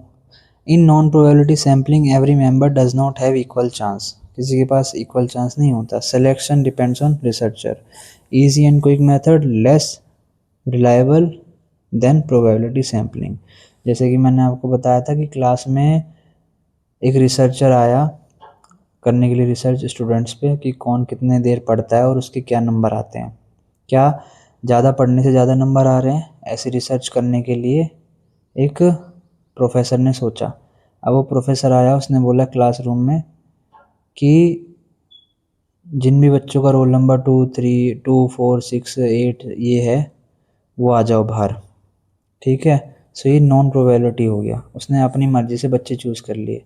या उसने आके क्लास में ये कहा जिनके भी रोल नंबर 1 से लेके 20 तक हैं वो बच्चे आ जाओ। सो उसने अपनी मर्ज़ी से चूज़ कर लिया, बाकी के तो 20 रह ही गए ना। अगर उनमें से सबको होता तो वो हो जाता प्रोबेबिलिटी, अगर वो पर्ची निकालता। लेकिन वो आया और उसने अपनी मर्ज़ी से बच्चे पिक कर लिए, ये होता है non probability sampling. Convincing sampling, sample selected easily available people, कि जो भी अवेलेबल है उस पर कर डालो रिसर्च, कोई ऐसी दिक्कत की बात नहीं है। फिर आता है judgement sampling, researcher select according to his knowledge, वो अपनी नॉलेज के अकॉर्डिंग सेलेक्ट करता है, अपनी जजमेंट्स के according. Quota sampling, sample selected according to fix number. Snowball sampling, one person suggest another person, पता ही चल गया होगा। कोटा सैम्पलिंग में sample selected according to fix number, एक फिक्स नंबर के हिसाब से सैंपल सेलेक्ट किया जाता है कि भाई मान लो 1000 लोग अवेलेबल थे, उसमें से 50 कोई सेलेक्ट करना था तो उसने 50 ही पिक करे कि भाई कोई भी 50 आ जाओ, कर लेते हैं काम, चलो आ जाओ ऐसे। एडवांटेज क्या होता है इसका, ईजी होता है, फास्ट होता है, खर्चा कम आता है। और डिसएडवांटेज क्या होता है, बायस पॉसिबल हो सकता है बहुत ज़्यादा और एक्यूरेसी बहुत कम रहती है। ये होता है नॉन प्रोबेबिलिटी सैम्पलिंग। नेक्स्ट है types of analysis. Analysis means examining collected data to get result. It helps researcher understand fact clearly. Data is arranged, classified and compared. Analysis is done after data collection. It helps in testing hypothesis. There are two main types, qualitative and quantitative. ये आपको पता ही है। Qualitative में हम opinion behaviour ये देखते हैं, quantitative में हम नंबर्स को, स्टैटिस्टिक्स को, डेटा को देखते हैं। Analysis makes research meaningful. Correct analysis gives correct conclusion. Finding average marks of a student from collected data. So ये होता है टाइप्स ऑफ एनालिसिस में क्वालिटेटिव एंड क्वांटिटेटिव। सेकंड है हाइपोथेसिस टेस्टिंग। ये क्या होता है, मतलब आप इसका बस मीनिंग जान लो कि हाइपोथेसिस टेस्टिंग क्या होता है। टाइप्स ऑफ एनालिसिस तो बता दिया आपको, क्वालिटेटिव होता है, क्वांटिटेटिव होता है। क्वालिटेटिव में हम इसमें ओपिनियन, बिहेवियर, इन सब को पढ़ते हैं, और क्वांटिटेटिव में हम नंबर्स को, स्टैटिस्टिक्स को, डेटा को एनालाइज करते हैं। हाइपोथेसिस टेस्टिंग क्या होता है, hypothesis means assumption made before research. Hypothesis testing checks whether assumptions is correct और not. It is done using statistical method, जैसे कि टू टाइप्स होते हैं उसके भी, null hypothesis and alternative hypothesis. Null को हम बोलते हैं H0 और अल्टरनेटिव को बोलते हैं H1। Null hypothesis means no difference, alternate hypothesis means difference exist. Sample data is use to test hypothesis, जैसे कि नए टीचिंग मेथड से कोई भी नंबरों पे इफेक्ट नहीं पड़ रहा, तो ये क्या है, ये एक नल हाइपोथेसिस है कि ये अजम्पशन गलत है कि नया टीचिंग मेथड है तो अच्छे मार्क्स आ रहे हैं, ऐसा कुछ भी नहीं है। उसके बाद एक दूसरा हो गया new teaching method increase marks, कि नए टीचिंग मेथड से मार्क्स बढ़ रहे हैं, तो ये क्या हो गया, ये हो गया H1 अल्टरनेटिव हाइपोथेसिस। ठीक है, अगर मार्क्स नहीं बढ़ रहे हैं तो हम उसको क्या बोल देंगे, नल हाइपोथेसिस। क्यों, क्योंकि कोई डिफरेंस ही नहीं आ रहा भाई, ज़्यादा पढ़ने से ज़्यादा नंबर ही नहीं आ रहे, तो इसका मतलब वो नल है। और अगर ज़्यादा पढ़ने से नहीं, नए टीचिंग मेथड से अगर नंबरों पे कोई चेंज नहीं हो रहा तो वो एक नल हाइपोथेसिस है। लेकिन अगर नए टीचिंग मेथड से मार्क्स में चेंजेस आए हैं, बच्चों के मार्क्स बदले हैं, उनको स्मार्ट बोर्ड पे पढ़ाने से, एनिमेशन के थ्रू पढ़ाने से, नए टीचिंग मेथड्स के थ्रू पढ़ाने से उनके मार्क्स में इंक्रीज़ हुए हैं, तो इसका मतलब ये क्या है, ये एक अल्टरनेट हाइपोथेसिस है। मतलब कि इसमें क्या है, अजम्पशन सही है ये हमारा कि नए टीचिंग मेथड से मार्क्स बढ़ते हैं। नेक्स्ट है chi square test. Chi square test is used for categorical data. It checks relationship between two variable. इन पॉइंट्स को याद कर लेना, वैसे ये आ सकता है, ये इंपॉर्टेंट है। टेस्ट जो मैं कराने वाला हूँ आगे आपको, 2 और हैं, इनको अच्छे से कर लेना, पॉइंट्स याद कर लो, बाकी आप एग्जांपल लिख के आ सकते हो। Used when data is frequency form, it compare expected value and actual value. Used in survey and research studies. मैं एग्जांपल के थ्रू समझाता हूँ आपको इसको अच्छे से। Helps to know whether difference is real और by chance. Used in large sample size. ठीक है, जैसे कि क्या जेंडर, अगर कोई मेल है तो उसकी प्रोडक्ट चॉइस क्या होगी। क्या ये ऐसा हो सकता है कि कोई मेल है वो प्रोडक्ट एकदम अलग चूज़ कर रहा है और फीमेल उसको चूज़ नहीं कर रही।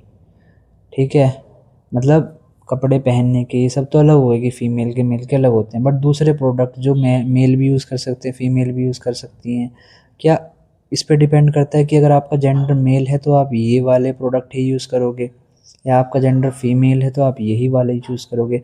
उन सबको छोड़ देना, जो आपके होते हैं, क्लोथ्स हो गए या दूसरे जो प्रोडक्ट्स होते हैं, उनको छोड़ के जो दूसरे होते हैं, ठीक है, जैसे टीवी हो गया, वॉशिंग मशीन हो गई, ऐसे जो प्रोडक्ट्स होते हैं, क्या जेंडर मेल अलग चूज़ करता है या मेल कैसे टाइप की चूज़ करता है प्रोडक्ट, ये, या फिर कैसी एजुकेशन, क्या ज़्यादा अच्छी एजुकेशन होने से क्या ज़्यादा अच्छी जॉब मिल रही है, ये सारे, इनके बीच में रिलेशन फाइंड आउट करना, ये होता है ची स्क्वायर टेस्ट।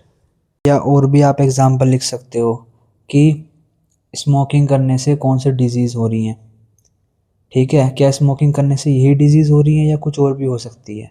क्या ये बाय चांस है या फिर रियल में ये हो रहा है, स्मोकिंग करने से क्या ये डिजीज़ हो रही है, या फिर ज़्यादा एक्सरसाइज करने से क्या ज़्यादा वेट कम हो रहा है, या फिर एक बंदा कम एक्सरसाइज करके भी वेट कम कर पा रहा है।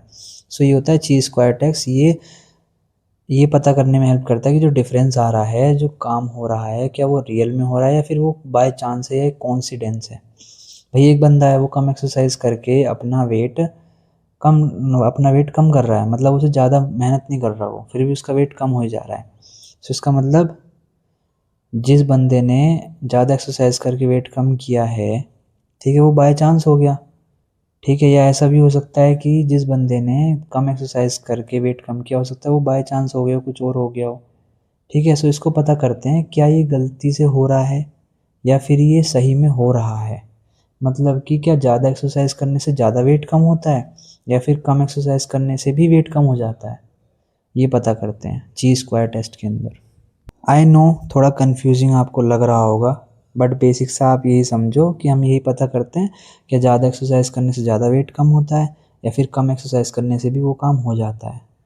ठीक है, ये सारी चीज़ें पता करते हैं। इसको दोबारा से एक बार देख लेना। ये थोड़े से टेस्ट ही अजीब से हैं, ये थोड़ी टेक्निकल चीज़ें हैं, इनको समझाने के लिए थोड़ी अलग चीज़ें होती हैं, बट बेसिक सा आप यही समझो कि यही है ची स्क्वायर टेस्ट। कंपेयर करते हैं दो वेरिएबल्स के बीच में। नेक्स्ट है जेड टेस्ट। इसके एग्जांपल भी दिए हैं, ये आपको पता चल जाएगा अच्छे से। Z test is use to test hypothesis when sample size is large. Large sample mean usually more than 30 values. It is used when population standard deviation is known.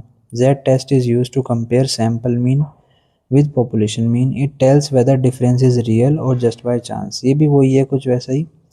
It is based on normal distribution. First we make null hypothesis, then we calculate Z value. Z value is compared with table value. ये तो हो गया पूरा theoretical. अब example के through समझते हैं। Suppose average marks of class is 50.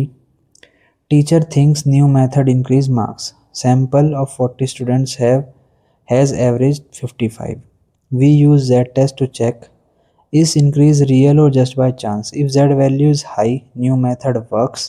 If Z value is low, no real change. ठीक है, अब उन्होंने क्या किया, उसको सैंपल करा और एवरेज 55 आया। इसका मतलब 50 से तो ज़्यादा आ रहे हैं नंबर। सो इसका मतलब जो ये है, ये न्यू मेथड काम करता है। Z वैल्यू क्या आ रही थी 50, एवरेज मार्क्स 50 थे। अब इन्होंने न्यू मेथड को यूज़ किया और 40 स्टूडेंट्स के मार्क्स का एवरेज निकाला और वो 55 आया। इसका मतलब ये जो नया मेथड है ये सही में काम करता है। ये हो गया Z टेस्ट। इसके पॉइंट्स याद कर लेना इनके, ये आपको थोड़े से हो सकता है रटने पड़े, पॉइंट्स याद कर लेना बस कि इट इज़ बेस्ड ऑन। इसको आप बना के नहीं लिख सकते क्योंकि ऐसी चीज़ें आप बना के नहीं लिख सकते जिसमें एकदम एक्यूरेट पॉइंट्स हों। जैसे साइंस होती है, साइंस में आप केमिकल फॉर्मूले खुद से नहीं बना सकते, जो बने हैं वो बने हैं। सो इनको भी आप पॉइंट्स में से याद कर लेना, हो जाएगा। वैसे इनमें से टेस्ट आ सकते हैं और आते हैं, जेड टेस्ट क्या होता है, टी टेस्ट क्या होता है, ये आ सकते हैं। सो इसको एग्जाम्पल याद कर लेना और 3-4 पॉइंट याद कर लेना, कुछ ना कुछ तो लिख के आप आ ही जाओगे। नेक्स्ट है T test is used when sample size is small. T test छोटे स्मॉल में यूज़ होता है, छोटे सैंपल में। ये तो पॉइंट आप कर सकते हो। जेड मतलब जेड को क्या होता है, टी के बाद ही तो आता है जेड सबसे लास्ट में। सो आप ये सोचना कि जेड में बड़ी वैल्यू, बड़े पॉपुलेशन पे काम होता है, टी पहले आता है जेड से। सो टी में छोटी पॉपुलेशन पे काम किया जाता है। Small sample means less than 30 values. Used when population standard deviation is not known. वो ये आप किसी एक का याद कर लेना, जेड टेस्ट कर लेना और उसका अपोजिट टी टेस्ट कर देना। It is also use to compare mean value, mostly use in experiment and education research. T test is similar to Z test but for small data. First we make hypothesis, then calculate t value, compare it t value with table. Example: a trainer says new exercise increase strength. He tests only 10 students. Average strength before 40, average strength after 45. मतलब 45 हो गई। Sample is small, so we just t test if to check if change is real or not. If t value is high, exercise work. So इसमें क्या था, t value high आई है, 45 हुआ है, तो इसका मतलब नई एक्सरसाइज ने स्ट्रेंथ इंक्रीज करी है। सो टी टेस्ट हमारा सही रहा, इसमें काम करता है ये। ठीक है, सो ये कौन सा हाइपोथेसिस है, अल्टरनेटिव हाइपोथेसिस। नेक्स्ट है elementary knowledge of S P S S. S P S S means statistical package for social science. So ये एक सॉफ्टवेयर है जो कि डाटा एनालिसिस में यूज़ करा जाता है। सो पहले ये होता क्या क्या है, क्या क्या इसमें होता है, ये आप देख लो।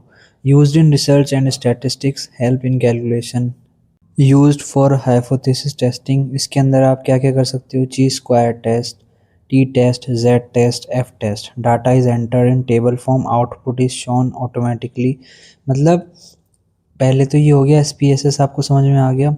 एक सॉफ्टवेयर होता है डाटा एनालिसिस का जो कि यूज़ करा जाता है, जिसमें आप रिसर्च में यूज़ करा जाता है स्टैटिस्टिक्स की। कैलकुलेशन ये बहुत आसान बनाता है, इसमें बस आपको डाटा डालना होता है, टेस्ट रन करना होता है और सारा काम अपने आप हो जाता है। Data is entered in table format. So क्या क्या बेसिक एलिमेंट्री नॉलेज आपको इसके बारे में होनी चाहिए, ये मैं आपको आगे बताता हूँ। Entering survey data is SPSS to find average and test hypothesis, mostly use in business, commerce and social research. अब मैं आपको बताता हूँ क्या क्या एलिमेंट्री नॉलेज इसमें चाहिए होती है। तो बस बेसिक से ये हो गया, ये बता दिया कि SPSS होता क्या है। अब क्या क्या नॉलेज होनी चाहिए आपको इसके बारे में। अब सपोज़ क्वेश्चन आ जाता है कि एलिमेंट्री नॉलेज या फिर SPSS होता क्या है। सो आप SPSS लिख देना। सॉफ्टवेयर होता है डाटा में, डाटा कैलकुलेट करने के लिए स्टैटिस्टिक्स में यूज़ होता है, रिसर्च में, बिजनेस में, इन सब में यूज़ किया जाता है। इसके अंदर ची स्क्वायर टेस्ट, ये टाइप के टेस्ट हो जाते हैं रन, ये सब लिख देना। अब बेसिक जो नॉलेज होती है वो SPSS की क्या होनी चाहिए। एक तो आपको इस सॉफ्टवेयर को ओपन करना आना चाहिए, डाटा को कैसे एंटर करना है, व्यू करना है, ये आना चाहिए। Defining variables in variable view, saving और ओपनिंग, सेव करना, फाइल को ओपन करना, ये आना चाहिए। यूजिंग सैम्पल टेस्ट, जैसे कि आपको इसमें मीन, परसेंटेज, फ्रीक्वेंसी, ची स्क्वायर, टी टेस्ट, ये सब आपको आना चाहिए। सो ये होती है बेसिक नॉलेज। फाइल सॉफ्टवेयर को ओपन करना, डाटा को एंटर करना, व्यू करना, सेव करना, फाइल को ओपन करना। सैम्पल टेस्ट को, स्टैटिस्टिकल सैम्पल टेस्ट को यूज़ करना, जैसे कि मीन, परसेंटेज, फ्रीक्वेंसी, इन सब टेस्ट को आपको यूज़ करना आना चाहिए। रीडिंग आउटपुट रिजल्ट, जो आउटपुट आया है उसका रिजल्ट आउटपुट को रीड करना। Making sample tables and charts, इसमें आपको सैम्पल टेबल्स और चार्ट बनाने आने चाहिए। ठीक है, सो ये मैंने कहीं लिखा नहीं है, ऐसे एक्स्ट्रा छोटे पॉइंट्स बना दिए थे मैंने साइड में, सो वन से मैं आपको बता रहा हूँ।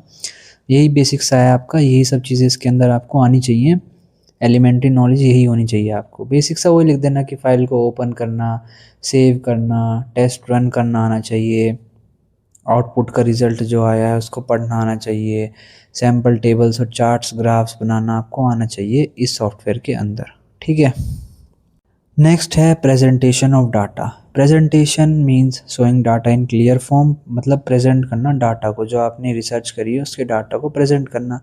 आगे आपके की प्रेजेंटेशन ऑफ डाटा क्या होता है रिसर्च के अंदर, सो आप बता देना कि डाटा को प्रेजेंट करना। It makes data easy to understand, data can be shown in tables, graphs, charts etcetera. Good presentation save time, अच्छी प्रेजेंटेशन टाइम बचाती है, अंडरस्टैंड करने में हेल्प करती है, कंपैरिजन करने में हेल्प करती है। यूज इन रिसर्च, रिपोर्ट में ज़्यादा यूज़ करा जाता है। Makes result attractive, helps reader understand quickly, should be simple and neat, should not be confusing. Showing marks of a student in a table form, आप उसको ऐसे ही लिख दोगे कॉमा लगा लगा के, उसमें कुछ समझ नहीं आएगा, लेकिन एक टेबल फॉर्मेट बना दोगे, ऊपर लिख दोगे एनुअल एग्ज़ाम 800 में से या 80 में से जो भी मार्क्स होते हैं, उसमें प्रेजेंटेशन जब आप करते हो डाटा की वो अच्छे से समझ में आता है। सो ये होता है प्रेजेंटेशन ऑफ डाटा। ग्राफ्स क्या होते हैं, आगे ग्राफ क्या होते हैं उसमें लिख देना बेसिक सा। ग्राफ ऐसे ही सब चीज़ें आती नहीं, बस बेसिक सा पढ़ लो आप। Graph is visual presentation of data, data is shown in lines, points, use to show change over time. कि भाई जो सेल्स होती है, जैसे दिखाता है ना, सेल्स बढ़ती हुई दिखाते हैं, लाइन ऊपर जा रही होती है, ये होता है। Easy to understand, use in statistics and research, helps in comparison, makes report attractive. Types क्या होते हैं, line graph, bar graph, pie graph. Used for numerical data, help in quick decision. Graph showing sales from 2020 to 25, so वो दिखा रहा है 2020 से 25 तक की जो सेल्स है वो बढ़ती हुई एक लाइन में दिखा रहा है। वो पता है क्या करेंगे, वो बस नंबर्स लिख देंगे और ईयर लिख देंगे और ऊपर दिखा देंगे लाइन ऊपर जाती है, आपको अपने आप समझ में आ जाएगा कि भाई कुछ भी हो सेल्स बढ़ रही है, बस ये है। इससे आपको पता चल जाता है और इसको आपको अंडरस्टैंड करने में आसानी होती है ग्राफ से। नेक्स्ट है chart. Charts is a diagram to present data, used to show comparison, easy to read, used in report and presentation types of bar chart, pie chart, column chart, ये आपने पढ़ा ही होगा प्रेजेंटेशन में, Excel में होता ही है ये। Makes data clear, use in business research, helps in explaining result, वही सब लिख देना। समझने में आसानी हो जाती है, सिंपल दिखता है, अच्छे से समझ में आता है, कंपैरिजन करने में हेल्प करता है, बिजनेस में यूज़ होता है, रिसर्च में यूज़ करा जाता है, शुड भी सिंपल होना चाहिए, should have title. Example pie chart हो गया, showing market share of a companies, कि आपने देखा होगा एक बड़ा सा गोला सा बना देते हैं, उसमें कितना परसेंटेज है वो लिख देते हैं, और जो सबसे ज़्यादा बड़ा परसेंटेज होता है उसको कलर कर देते हैं, तो देख के समझ में आ जाता है कि भाई इसका ज़्यादा परसेंटेज है। ऐसे रिपोर्ट राइटिंग क्या होती है, ये वही होती है लास्ट में। Report writing means writing result for research, मतलब आपने ऑफ रिसर्च, आपने लास्ट में पूरी कर ली रिसर्च, उसके बाद अब आपको 20, 25, 40, 50 पेज की एक पूरी रिसर्च देनी है, या फिर बहुत ज़्यादा जो बड़ी रिसर्च होती हैं, बड़े स्केल पे की जाती हैं, तो बहुत बड़ी बड़ी फाइल्स होती हैं, उसमें आपको पूरी रिसर्च लिखनी है। आपने तो बस एक्सेल पे, सॉफ्टवेयर पे काम किया है अभी, उसको पूरा डाटा को कलेक्ट करके एक पेपर पे डालना, A4 साइज़ पे उसको अच्छे से समझाना, ये रिपोर्ट राइटिंग होती है। It explain whole research work, written in proper format, should be clear, simple, include introduction, data, result, conclusion. Used in business education, should be accurate, no unnecessary words, should be logical, final steps of research. So ये research process का last step होता है report writing. Example, writing report of a survey on customer satisfaction. ये होता है basic सा report writing, और ये रिसर्च का लास्ट प्रोसेस होता है। नेक्स्ट है टाइप्स ऑफ रिपोर्ट्स, जैसे कि technical report for expert, technical होती है, थोड़ी सी ज़्यादा चीज़ें कॉम्प्लेक्स होती हैं, वर्ड्स जो होते हैं वो हम सबको समझ नहीं आते, जैसे कि जो CEO होते हैं, CF होते हैं कंपनी के, ठीक है, वो बहुत टेक्निकल वर्ड और फाइनेंस के ऐसे वर्ड यूज़ करते हैं जो कि उनको ही पता होते हैं, सिर्फ एक्सपर्ट्स के लिए होती है। सिंपल रिपोर्ट होती है जनरल पीपल के लिए, और रिसर्च रिपोर्ट होती है based on research, business reports होती हैं कंपनी की होती हैं, प्रोग्रेस रिपोर्ट जो प्रोग्रेस बताती हैं, एनुअल रिपोर्ट होती है जो कंपनी की निकलती है, हर साल के रिजल्ट्स जो आते हैं, फॉर्मल रिपोर्ट होती है written format, informal short report होती है। ये बेसिक्स ही हैं, मतलब इतनी इंपॉर्टेंट नहीं है, बस देख लिया आपने बहुत है, अब आपके माइंड में रहेगा technical, simple, research report, business report, ये सब। सो रिसर्च प्रोसेस में हमने जो लास्ट स्टेप पढ़ा था रिपोर्ट राइटिंग, यही उसका वो है मैकेनिज़्म, क्या क्या स्टेप्स होते हैं रिपोर्ट राइट करने के, रिसर्च रिपोर्ट राइट करने के। पहला वही, आपने जो रिसर्च करे थे उसका टॉपिक डिसाइड कर लिया, वो लिख लिया, फिर उसका डाटा कलेक्ट किया था आपने, वो सारा लिख दिया, उसमें जो एनालाइज़ किया डाटा को वो लिख दिया, आउटलाइन बना दी उसकी कि ये सब आए रिज़ल्ट निकल के, फिर उसमें फर्स्ट ड्राफ्ट निकला कि हमारा ये कंक्लूजन आया, फिर कोई गलती हुई वो चेक करी, फिर arrange in a proper order, उसको प्रॉपर ऑर्डर में अरेंज कर दिया, कंक्लूजन लिख दिया, और फिर रेफरेंसेस ऐड कर दिए कि यहाँ से हमने ये रेफरेंसेस लिए हैं, फाइनल राइटिंग लिख दिया आपने, और ये हो गया आपके रिसर्च रिपोर्ट तैयार। ये आता नहीं है, इतना इंपॉर्टेंट नहीं है, मेन वो स्क्वायर टेस्ट हैं, रिसर्च मेथडोलॉजी होती क्या है, ये सारी चीज़ें क्या होती हैं बेसिक से। आगे देखते हैं कि प्रीवियस ईयर के पेपर में कैसे क्वेश्चन आए थे, जो कि आपके क्वेश्चन कुछ ऐसे टाइप के आ सकते हैं, ठीक है। So mechanism of writing research report यही है कि क्या क्या स्टेप्स होते हैं आपके रिसर्च रिपोर्ट राइट करने के, जो स्टेप्स होते हैं बेसिक से छोटे मोटे, यही है। टाइप्स ऑफ रिसर्च आ सकता है, रिसर्च प्रोसेस आ सकता है, बहुत इंपॉर्टेंट है, और वो टेस्ट भी बहुत इंपॉर्टेंट है, Z test, T test, chi square test, ये, ठीक है। नेक्स्ट है प्रिकॉशंस फॉर राइटिंग रिपोर्ट, क्या होते हैं, वही सिंपल लैंग्वेज यूज़ करो, do not right wrong data, गलत डेटा को लिखो मत, बड़े सेंटेंसेस को अवॉइड करो, छोटे में सिंपली इसको समझा दो, और ऑर्डर में लिखो, स्पेलिंग मिस्टेक्स को अवॉइड करो कि भाई छोटी मोटी, क्योंकि देखने वाला, रिपोर्ट पढ़ने वाला आपकी कोई पढ़ेगा रिसर्च को, क्या बोलेगा कि भाई इसे तो लिखना ही नहीं आ रहा। करेक्ट फॉर्मेट को यूज़ करो, कॉपी मत करो कहीं से, write clear headings, use proper table and charts, check before final, वही है, आप ये सब लिख सकते हो, ये तो आपको पता ही है कि भाई कुछ भी लिखने से पहले उसकी गलती मिस्टेक्स को चेक कर लो, कोई स्पेलिंग मिस्टेक तो नहीं है, प्रॉपर फॉर्मेट है, लॉन्ग सेंटेंस नहीं होनी चाहिए, शॉर्ट होने चाहिए, और कुछ भी गलती नहीं होनी चाहिए, अच्छे से चार्ट डेटा को यूज़ करना चाहिए, टेबल्स को, ये सब। ओरल रिपोर्ट क्या होती हैं, oral reports means spoken report given in meeting और क्लासेस, मीटिंग्स क्लासेस में ये बोली जाती हैं, कोई रिटन फॉर्मेट नहीं होता इनका, should be clear, should be short, छोटी होनी चाहिए, क्लियर होनी चाहिए, क्योंकि आप ओरली बता रहे हो, ओरली कुछ भी आप समझाते हो सो वो शॉर्ट ही होना चाहिए, क्योंकि लिखा हुआ तो याद रह जाएगा, पर ओरली तो आप अगर आपने 25-30 लाइन का बोल दिया तो उसको क्या ही समझ में आएगा।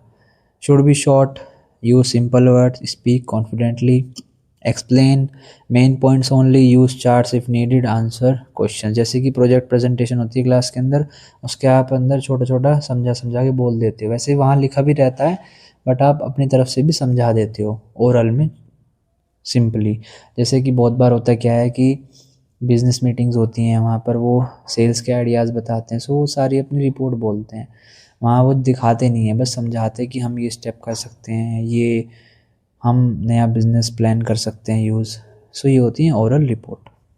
नेक्स्ट है formulation of business problems in research. Business problem means issue in company, research help solve problem. Problem should be clear, should be specific, should be researchable, should be important, define objective, collect data about problem, analyze causes, suggest solution।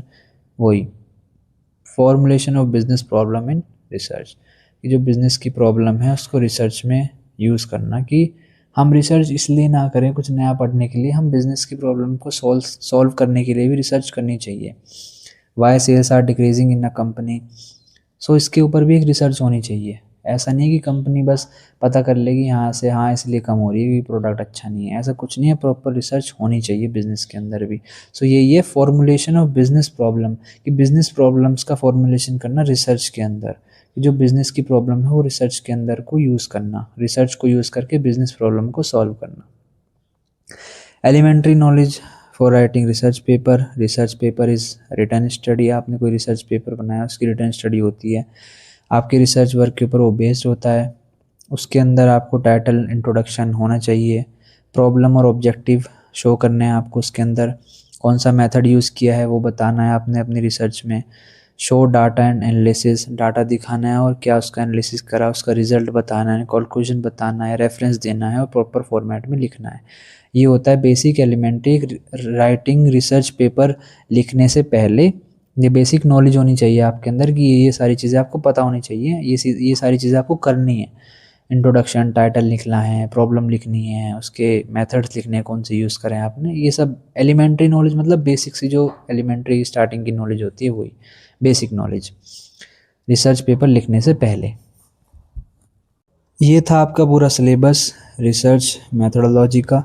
मैंने सारे के सारे topics करा दिए हैं। Yellow line से जो ये येलो मार्कर से जो हाईलाइट हैं ये नहीं कराए हैं। Processing and analysis of data, processing operation, problem in processing, ये आप कर लेना, ठीक है। अब हम करते हैं प्रीवियस ईयर का पेपर, बाकी मैंने ये सारा कराई दिया है।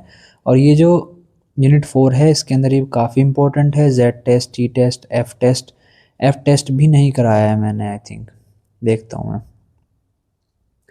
हाँ एफ टेस्ट भी नहीं कराया है, वो कर लेना आप प्लीज़, ठीक है। सो उसके लिए सॉरी, ये मैंने हाईलाइट नहीं किया। जेड टेस्ट, टी टेस्ट कराया है, ची स्क्वायर कराया है और एफ टेस्ट, मतलब ये बहुत इंपॉर्टेंट है मेरे हिसाब से, ये काफ़ी इंपॉर्टेंट है।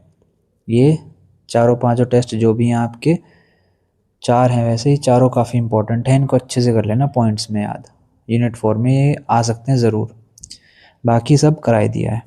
सो अब करते हैं प्रीवियस ईयर का पेपर। सो पहले सेक्शन ए में देखते हैं question, what is mean by research, ये आप लिख दोगे। हाइपोथेसिस क्या होता है, अजम्पशंस होते हैं जो हम करते हैं अपने रिपोर्ट में। How will you classify the data, वही primary secondary. What are the main objectives of report writing, क्या क्या ऑब्जेक्टिव्स होते हैं ये भी आप कर दोगे। What do you understand bye sampling, ये भी आप कर दोगे कि लार्ज पॉपुलेशन को छोटे में डिवाइड कर देना। और टाइप्स क्या होते हैं, सेंसेस और सैम्पलिंग। ये होता है describe main objective of questionnaire, ये मैंने आपको कराई दिया था। Explain the concept of null hypothesis, ये थोड़ा टॉपिक है, इसको आप कर सकते हो, ऑनलाइन देख लेना, ठीक है। आप चैट जीपीटी कर सकते हो, एग्जाम्पल के साथ आप इसको समझ सकते हो। कॉन्सेप्ट क्या है नल हाइपोथेसिस का, मैंने बता दिया है कि जिसमें कोई रिलेशन नहीं होता, बट इसका थोड़ा डिटेल में पढ़ सकते हो। Explain F test when it is used and for what purpose. अब देखो आप यहाँ से क्वेश्चन से क्या पता चला कि टी टेस्ट आ सकता है। टी टेस्ट क्या होता है, किस लिए यूज़ होता है और क्या पर्पस होता है इसका, ठीक है, ये क्वेश्चन आ सकता है। सो इसको आपको अच्छे से देखना है। नेक्स्ट है what do you understand bye hypothesis, describe the function, ये मैं आपको कराऊंगा आगे। What is mean by experiment design, describe the need and principle of experiment design. So experiment design क्या होता है कि जो आप एक्सपेरिमेंट करने वाले, जो आप रिसर्च करने वाले उसका एक तरीके से ब्लूप्रिंट। इसकी नीड क्यों होती है? ताकि एक्यूरेट डेटा पता चल सके, रिलायबल डेटा पता चल सके, टाइम और कॉस्ट सेव हो सके। ठीक है, सो ये सारी इसकी नीड होती है कि भाई एक्सपेरिमेंट डिज़ाइन एक ब्लूप्रिंट क्यों बनाया जाता है, इन सब चीज़ों को करने के लिए कि भाई एक्यूरेसी हो, अच्छे रिजल्ट्स आएँ, टाइम और कॉस्ट बचे। इन सब क्वेश्चंस को आप कर सकते हो, इजी है ये। ठीक है, इतनी कुछ बड़ी बात नहीं है, आप इनको जाके आराम से देख सकते हो। नेक्स्ट क्वेश्चन है, why tabulation is consider essential in research study, narrate the characteristics of good table. ये भी आप कर लेना। Explain the significance of research report and narrate the various steps involve in writing a research report. So ये मैंने आपको करा दिया है कि रिसर्च रिपोर्ट क्या होती है और क्या इसके मेथड्स होते हैं अलग अलग। और ये जो क्वेश्चन 11 है, why tabulation is consider essential in research, ये मैं आपको आगे कराता हूँ अभी। ठीक है, और खुद से भी पढ़ लेना थोड़ा। 10th क्वेश्चन हो गया जैसे, और ये क्वेश्चन सेक्शन बी हो गया, ये भी आपको थोड़ा खुद से करना पड़ेगा। और क्वेश्चन नंबर 10 हो गया, ये भी करना पड़ेगा, बाकी मैं करा ही रहा हूँ आपको। और explain the significance of research report, ये आप कर ही दोगे, मैंने आपको करा दिया पहली सिलेबस में। What do you understand by T test and Z test, describe the their practical significance. So ये भी कर लेना। आई होप आपको पता चला होगा कि कैसे क्वेश्चन आ रहे हैं। टी टेस्ट और जेड टेस्ट तो काफ़ी इंपॉर्टेंट है, एफ टेस्ट भी काफ़ी इंपॉर्टेंट है। अभी देखो तीनों ही टेस्ट आ गए, बस ची स्क्वायर टेस्ट बचा है, हो सकता है वही आ जाए आपके इस बार पेपर में। ठीक है, सो इनको अच्छे से कर लेना। इनकी सिग्निफिकेंस क्या है, क्या इनका यूज़ है, कहाँ ये यूज़ होते हैं, क्या इनका प्रैक्टिकल यूज़ होता है, इनके फॉर्मूले आप याद कर सकते हो, बहुत इंपॉर्टेंट है। यूनिट 4 तो काफ़ी इंपॉर्टेंट है, कर लेना अच्छे से, और उसमें ये टेस्ट बहुत इंपॉर्टेंट है। नेक्स्ट है क्वेश्चन नंबर 9, हाइपोथेसिस क्या होता है? टेम्पररी अजम्पशंस होता है जो हम करते हैं। It is a possible answer to the research problem, कि ये पॉसिबल आंसर, कि भाई जो हम रिसर्च कर रहे हैं उसका पॉसिबल आंसर ये निकल के आ सकता है, अजम्पशन लगा लेते हैं पहले ही। It shows relationship between two variable, hypothesis tested with the help of data. It help researcher know what to study. It is not always true, it must be tested. Every good research normally has a hypothesis. It makes research clear and systematic. ये points लिख देना कि hypothesis क्या होता है। बाकी इसके function क्या होते हैं, ये डायरेक्शन प्रोवाइड करता है, डाटा को सेलेक्ट करने में हेल्प करता है कि हम सही डाटा को, करेक्ट डाटा को सेलेक्ट कर पाएँ। It makes research work systematic, help in testing relationship between variable, time और एफर्ट्स को बचाता है। ये तो आप हर जगह लिख ही सकते हो, टाइम सेव करता है, कॉस्ट सेव करता है, एफर्ट्स को बचाता है। It help in choosing research method, it makes analysis easy. ये सारे इसके फंक्शन होते हैं हाइपोथेसिस के। Hypothesis is advertisement increase sales, then researcher will collect data about ads and sales. जैसे मैंने ये एग्जांपल दिया, हमने एक हाइपोथेसिस बनाई, हमने एक अजम्पशन बनाया कि भाई ज़्यादा एडवर्टीज़मेंट करने से ज़्यादा सेल्स हो रही है। क्या ये सही है या नहीं है, अब हम इसके ऊपर रिसर्च करेंगे। अब एक और हाइपोथेसिस बताता हूँ। हमने सोचा, मैंने अभी सोचा ये एग्जांपल, कि ज़्यादा सेल्स पर्सन बढ़ाने से मार्केट में ज़्यादा सेल्स होगी। मतलब पहले 5 लोग सेल्स कर रहे थे, अब मैं 50 लोगों को सेल्स करवाने के लिए भेज रहा हूँ, तो क्या ज़्यादा सेल्स होगी? इसके ऊपर हम करेंगे रिसर्च। ये हमारा अजम्पशन है कि ज़्यादा सेल्स पर्सन बढ़ाने से ज़्यादा सेल्स हो रही है। ऐसा भी तो हो सकता है, क्या पता 3 लोग ही पूरी सेल्स कर डालें, कुछ भी हो सकता है। सो हमने अजम्पशन लगाई कि ज़्यादा सेल्स पर्सन होने से ज़्यादा सेल्स होती है। अब हम इसके ऊपर क्या करेंगे, स्टडी करेंगे। ये होती है हाइपोथेसिस, अजम्पशन लगाना, ये करने से ये हो रहा है, और फिर उसके ऊपर स्टडी करना। ठीक है, ये होता है। Difficulties in formulation of hypothesis, lack of knowledge, unclear problem, lack of data, complex subject. ये तो बेसिक है, ये तो आप कर ही सकते हो।